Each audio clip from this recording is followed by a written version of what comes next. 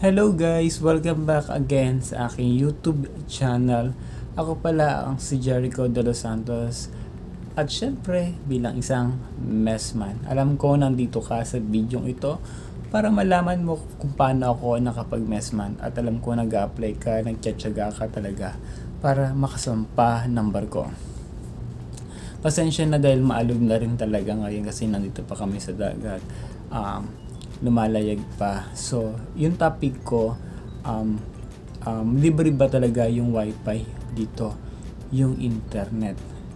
So, kadalasan talaga guys, iba-iba talaga yung company na nagbibigay talaga ng free internet. Meron naman binabayaran, pero hanggang 500 MB, may mga ganun lang. Tapos, yung iba naman ay unlimited. Yung iba naman, talagang magbabayad ka. Depende lang ito sa gig. Unang sampa ko ng barko sa cruise line passenger, hindi po talaga libre yung internet.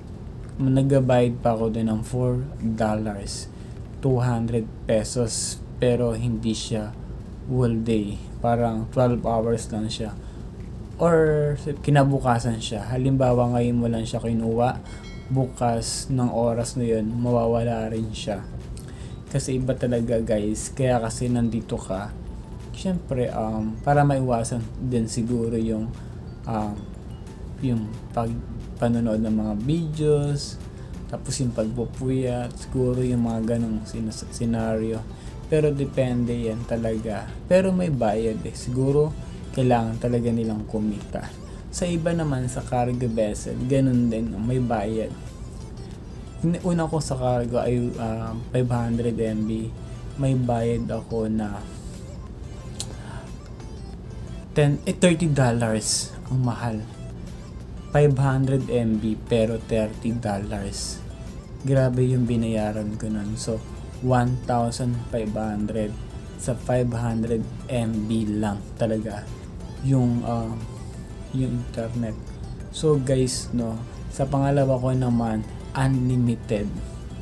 So iba-iba talaga yung na-experience ko kasi nga palipat-lipat din talaga ako ng kumpanya. So yung mga wifi, hindi ko talaga ma-perfect na kada lipat ko ay libre. So meron din talaga na mayroong limitasyon lang. Gaya dito ay 390 minutes lang, 6 hours mga ganon. Nasa 300 minutes lang.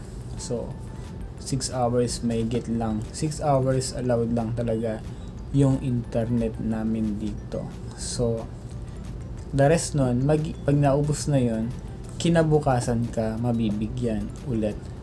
Pero wala namang bayad dito. Dito libre yung internet, pero 6 hours lang.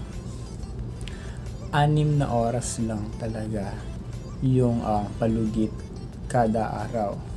So depende pa iyan sa iyong paggamit. Sa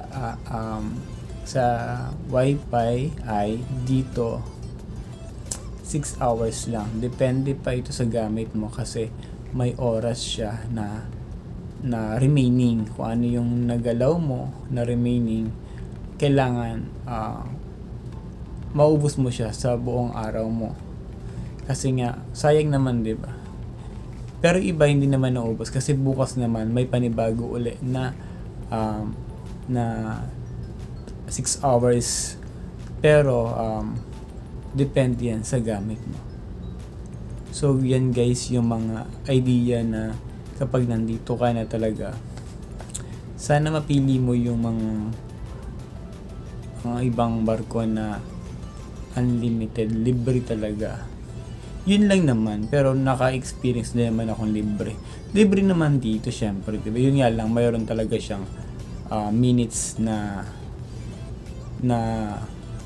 sa 390 minutes. Yun lang talaga. So, kasing iba't iba, sayang naman kung magabayad pa, diba? Para sa atin talaga, kailangan din natin talaga ng internet. para makapusta natin ang ating mga mahal sa buhay. Yung mga, syempre para malibang ka din. So, at least, meron naman dito kahit nasa 300 plus lang na libre. Kasi, in the other day, meron naman ulit na bago na kahit hindi mo naubos yon, bago na naman na ibibigay na 300 plus. So, kaya guys, apply ka lang ng apply. Huwag kang susuko kahit gaano ka kahirap mag-apply. Dinanas ko rin yan. Dasal lang ng dasal. Huwag kayong mapanghinaan ng loob pag mag-apply kayo. Prayers and tiyaga. Tapos kailangan talaga may determinasyon kapag mag-apply ka. Kung may nagustuhan ka pala sa topic ko, subscribe mo na yan at i-follow mo na rin ako sa nandiyan. At syempre, ilalagay ko rin siya sa description. Tapos may mga vlog na rin ako about dito. Lahat ng mga topic ko sa Messman, nandito na siya guys sa channel ko. Thank you so much. Sana i-subscribe mo ako. Syempre para ma-notify kita sa mga vlog ko. Maraming salamat.